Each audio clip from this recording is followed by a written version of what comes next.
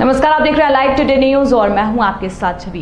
देश दुनिया में तबाही मचाने वाले कोरोना वायरस की अब भारत में दवा बनकर तैयार हो चुकी है, जिसको लेकर आम से लेकर खास सभी प्रकार के लोगों ने राहत भरी सांस ली है। लेकिन जमाते इस्लामी दिल्ली के शरिया काउंसिल के सचिव ने इस कोरोना की दवा को लेकर एक बयान जारी कर दिया है, जिसमें उन्होंने देश के मुसलमानों से हराम कोरोना वैक्सीन नहीं लगवाने के लिए कहा है।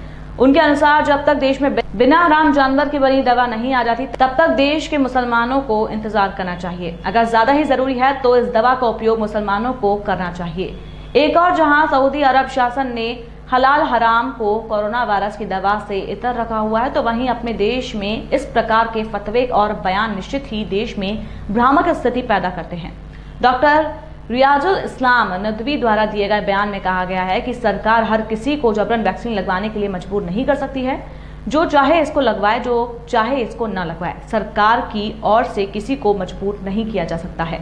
शरिया काउंसिल के सचिव ने कहा कि हमने देश के मुसलमानों को ये बताया है कि कोरोना वैक्सीन का इस्तेमाल वो कैसे कर सकते हैं। कुरान और हदीसों में साफ बताया गया है कि मुसलमान खाने से लेकर दवा में क्या क्या इस्तेमाल कर सकते हैं और क्या क्या नहीं कर सकते। आम हालातों में इस्लाम धर्म ये कहता है कि हराम चीज खाना पीना सब सख्त मना है, इसलिए हराम है। लेकिन इंसानी जान बचाने के लिए किसी भी हराम चीज का इस्तेमाल जायज हो जाता है। कोरोना वैक्सीन को लेकर ये सुनने में आ रहा है कि उसमें शुगर के कुछ पार्ट मिलाए गए हैं, इसलिए हम यही कहेंगे कि जिस वैक्सीन में हराम चीज शामिल नहीं है उस वैक्सीन को इस्तेमाल किया जाना चाहिए। लेकिन जब तक ऐसी कोई वैक्सीन नहीं आ जाती जिसमें हराम चीज शामिल नहीं है, ऐसे में इंसानी जान बचाने के लिए उसका इस्तेमाल किया जा सकता है। लेकिन मार्केट में कई दवाई मौजूद हैं, बावजूद इसके उसी दवाई का प्रयोग किया जा रहा है जिसमें हराम चीजें शामिल हैं।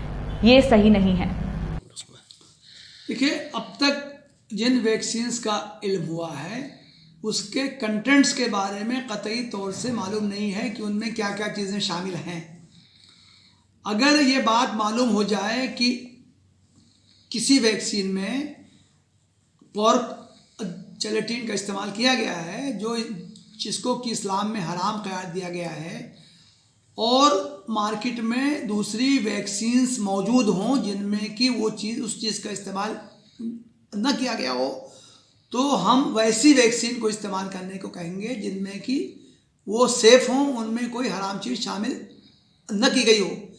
लेकिन अगर मार्केट में कोई ऐसी चीज़ है जिसमें कि हराम चीज़ शामिल की गई है, उसको सिर्फ उस वक्त तक के लिए उसको अलाउ किया जाएगा इस्तेमाल करना, जब तक कि मार्केट में दूसरी वैक्सीन ना आ जाएं। उस वक्त टाइम बाउंड आर्जी तौर से उसको इस्तेमाल करने की इजाज़त दी जाएगी। लेकिन मार्केट में जब दूसरी वैक्सीन आ जाएंगी तो फिर इस हराम चीज़ जिसमें शामिल है उसको इस्तेमाल करने की इजाज़त नहीं होगी। लेकिन सऊदी अरब की तरफ से इजाज़त दी गई है कि इसको कोरोना वैक्सीन को लगाया जाए। सऊदी अरब का जो फतवा आया है उसके बारे में मैंने नहीं देखा है, लेकिन उम्मीद है कि उनका भी फतवा इसी सूरत में होगा। कोई ऐसी वैक्सीन है जिसमें कि पोर्क जेलेटिन इस्तेमाल किया गया है, दूसरी और कोई वैक्सीन मौजूद ही नहीं है, तो इस सूरत में इंसानी जान को बचाने के लिए आर्जी तौर से उसको इस्तेमाल करने की फ़ुक़हा ने इजाज़त दी होगी। क्या नाम है आपका? मोहम्मद रज़ीउल इस्लाम नदवी, सेक्रेटरी शरिया काउंसिल जमात इस्लामी हिंद।